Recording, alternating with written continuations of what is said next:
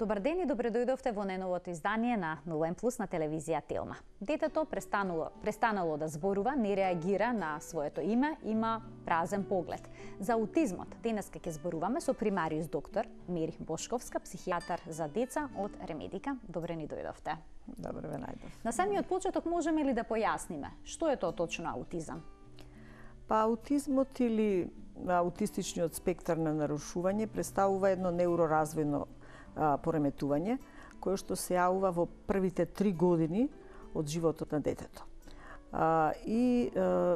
Причините се уште се непознати, многу се зборува сега за тоа и науката оди во тој правец да ги најде причините за овој проблем, но факт е дека во последниве десетина години значаен е порастот на овој проблем и кај нас и во светот. И ако пред 10-15 години на едно од 2500 деца се имаше ваков проблем, во последниве години или во последнава година 2016 се добиени податоци дека едно од 68 машки деца може да има овој проблем.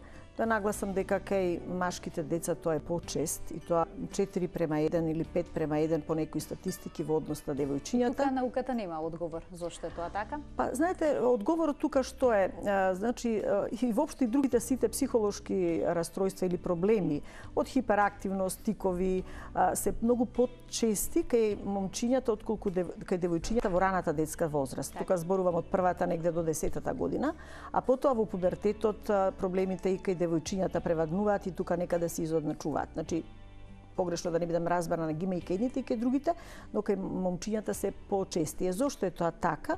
Затоа што сензитивноста на мозокот е неуропластичен, тој е во развој, се развива, нели, кај едните и кај другите, но кај машките деца науката вели дека тој е посензитивен и поесклон за појава на вакви проблеми.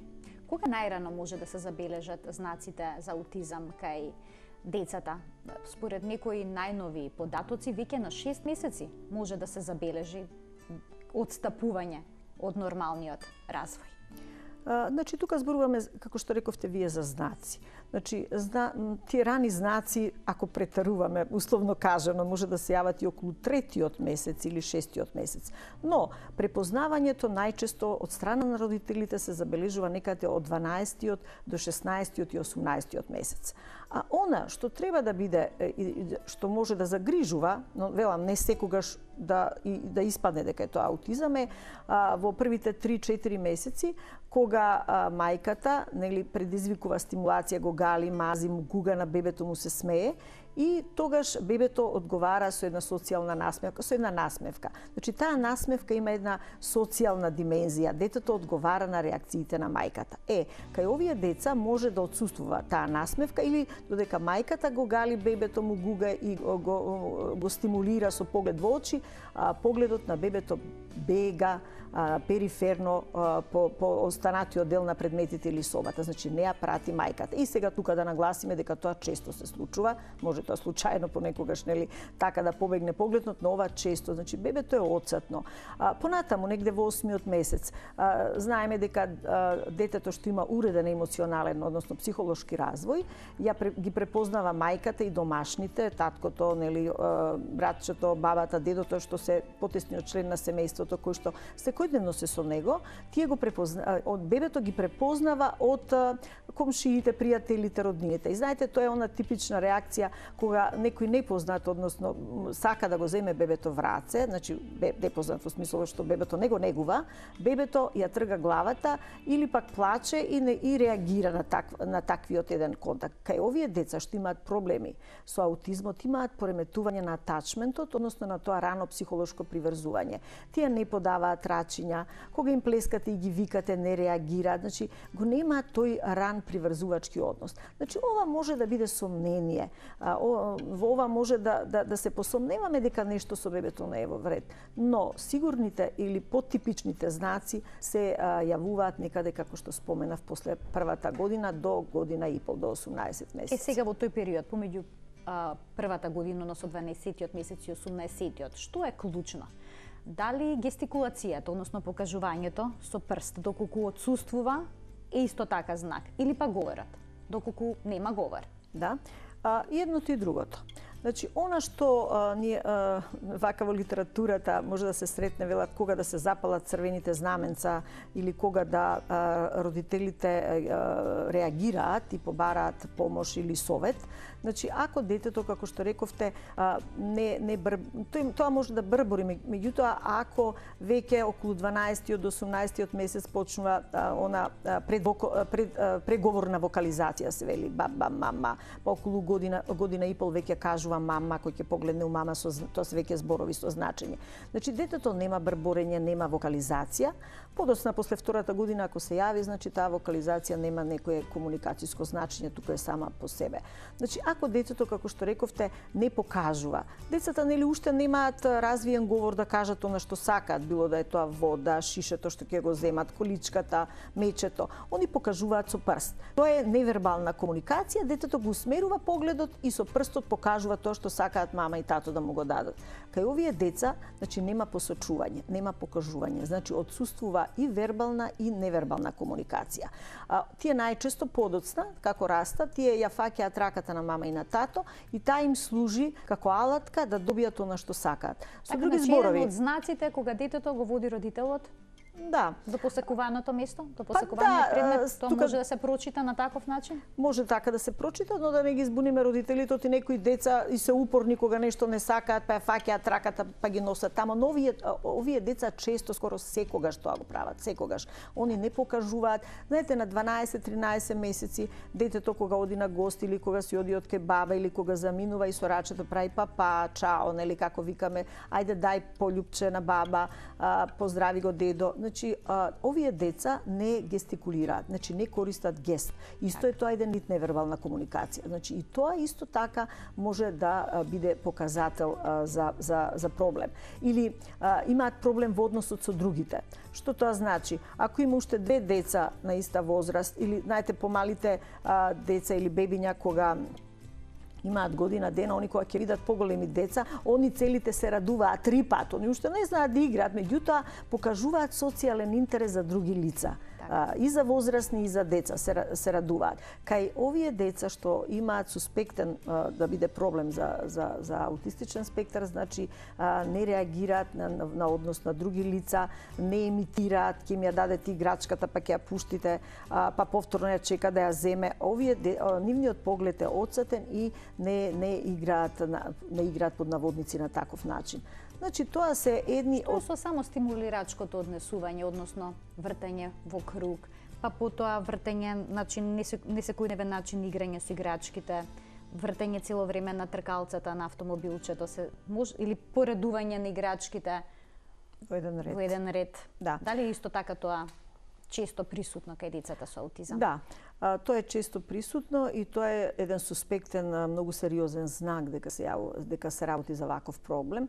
Знаете, играта на психијатрите не е и диагностичко и терапевтско средство. Значи, преку играта го наблюдуваме детето, но она што е важно, што споменавте вие, дека детето до 2 години ја има таа символична игра. Символична игра, тоа значи ако му дадете телефон, као прави ало, значи символиката на предметот или ако колата му ја дадете, он ја вози брмчи и ја игра со нејз или медо спие па го покрива. Нели тоа се тие први игри кои што родителите ги стимулираат, кога го стимулираат детето и неговиот психолошки развој. Значи кај овие деца тоа се отсуствува.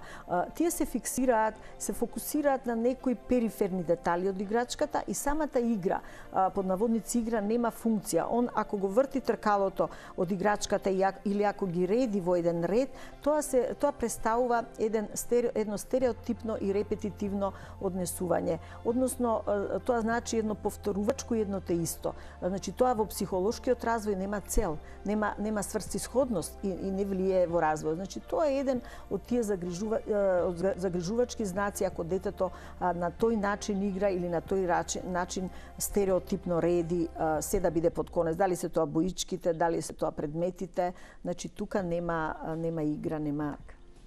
Да ги вклучиме во овој дел од разговорот и гледачите со нивни прашања. 3076-677 е телефонскиот број на кој што можете да се јавите доколку имате прашање поврзано со денешната тема. Сега има деца кои што имаат, родителите велат дека децата имале нормален развој, почнале да зборуваат, се движеле нормално, имале контакт со очи во очи со родителите, подавале рачи и слично, но одеднаш помеѓу 12-тиот и 18-тиот месец, некогаш и 24-тиот месец, ги губат сите овие способности. За каква форма на аутизам сега тука станува збор и кои се тука најчесто причините родителите поврзуваат со вакцините, но во неколку наврати веќе споминавме бидејќи студиите покажуваат дека нема никаква поврзаност.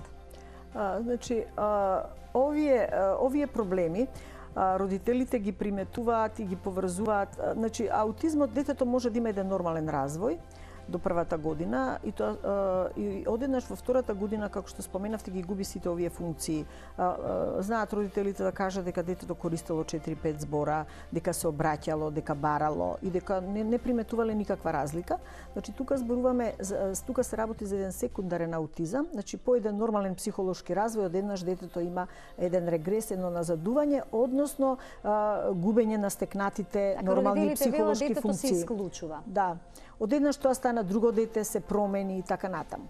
И сега во тој период се даваат и вакцините, нели, кои што измеѓу првата и втората година, што родителите многу често го поврзуваат дека по примањето на вакцините дека детето одеднаш ги изгубило овие промени и тие сметаат дека тоа е резултат, велам родителите сметаат дека тоа е резултат на вакцината. Меѓутоа, кога зборуваме за медицина и кога зборуваме за научни показатели, кога зборуваме за медицина базирана на докази, јас повторно тука би ги отфрлила сите тие причини дека се резултат на вакцината, дека настанало некој имунолошки дефект во организмот кај детето, па настанале овие промени. Знаете, биолошката основа на аутизмот се гледа во многу работи. Значи, ако се направи едно ЕЕГ, кај 60% од децата што го имаат овој проблем имаат изменето ЕЕГ. Понатаму, значи, детето може да има и проблеми со варењето на храната, проблеми со какањето, односно обстипација или пак пречести столици и други работи. Значи, тоа се пропратни симптоми што кај поедини деца може да се јавуваат. Меѓутоа, да кажам дека главната причина, кога зборуваме за аутизмот, за пореметувањето од аутистичен спектар, дијагнозата исклучиво се базира врз фокусирано наблюдување на детето и развојната историја што родителот ви ја дава. И да се вратам на прашањето дека аутизмот може да биде примерен, како што рековме претходно што зборувавме да се јави уште од самото раѓање, па да се приметат тие знаци на 3, 6 и 8 месеци, што може да загрижуваат, но може да биде и секундарен, по еден рековме нормален развој, да детето ги изгуби овие функции и да зборуваме за секундарен аутизам. Пред да продолжиме, да ги вклучиме гледачите кои што чекаат на линија. Добар ден, повелете, кој се јавува. Добар ден, повелете, во програма сте. Значи, вака се јас до почитуваната гостника, не видов која е, бидејќи малку покасно... Примариус доктор Мери Бошковска, детски психијатар. Вака се, јас имам директно прашање кон медицинско лице. Јас сум ветеринар и имам успат речено кетишко од 3,5 години. И некои работи многу ми сметаат во денешна медицина. Значи, мене како родител воопшто не ме интересира СЗО што рекла. Значи, тоа може они да си кажуваат таму. Јас не знам зошто некој толку пластично ги префрла сите нивни, ајде да не речам наредби, во држави како нашата Македонија. Значи, што ми е прашањето? Имаме момент кај што Полска одбива Тамифлу, кај нас се дели како локомче.